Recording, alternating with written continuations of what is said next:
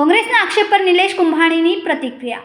2017માં મારી ટિકિટ કાપી હતી તેવું નિલેશ કુંભાણીએ જણાવ્યું. મારી ટિકિટ કાપી એટલે 2024માં ફોર્મ પરત ખેંચ્યું.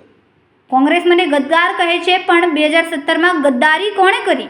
જ્યારે જીતવાની પૂરી શક્યતા હતી ત્યારે જ મારી ટિકિટ કાપી નાખી. જ્યારે જીતવાના કોઈ અણસાર જ નહોતા ત્યારે ટિકિટ કાપી તેવું કુંભાણીએ જણાવ્યું. 2017માં તમને ખ્યાલ હોય તો આંદોલન અમે કર્યું હતું, અમને ટિકિટ આપવામાં આવી હતી. કોંગ્રેસને પૂરો સપોર્ટ અમારો હતો. 2017માં કોંગ્રેસે કોના ઈશારે ટિકિટ કાપી એમને પૂછી લો. 2017માં અમને ટિકિટ આપી હતી, કાર્યાલય બધી ખોલી હતી, ડોર ટુ ડોર જ્યાં ખર્ચો કર્યો હતો, છેલ્લી ઘડીએ કોંગ્રેસે ટિકિટ કાપવામાં આવી હતી. એટલે 2024માં એને કંઈક કહેવાની જરૂર નથી.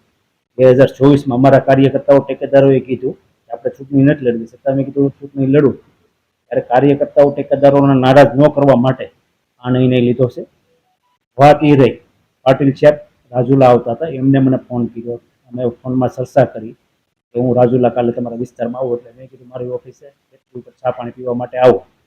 મારા આમંત્રણને માન આપી ઓફિસે અડધો કલાકનો ટાઈમ લઈ મારી ફેક્ટરી ઉપર ચા પાણી પીવા માટે આવ્યા હતા. દિલીપભાઈ સંઘાણી હતા, કૌશિકભાઈ વેકરિયા હતા, ભરતભાઈ સુતરિયા હતા, મહેશભાઈ કસવાળા હતા, દેવી કાકરિયા હતા, હીરાભાઈ સોલંકી હતા, અમરીશભાઈ ડેર, એના તાલુકા પંચાયતના પ્રમુખો, જિલ્લા પંચાયતના પ્રમુખો. રાજુલા પ્રોગ્રામ હતો એટલા માટે અમારી ઓફિસે ચા પાણી પીવા માટે મુલાકાત આવી. ત્યારે ભાજપમાં જોડાવા માટે એવી કોઈ ચર્ચા કરી નહોતી. ખાલી ફક્ત ચા પાણી પીવા માટે આમંત્રણને માન આપી બધા ધારાસભ્યો, સાંસદ સભ્યો, પાટીલ સાહેબને બધા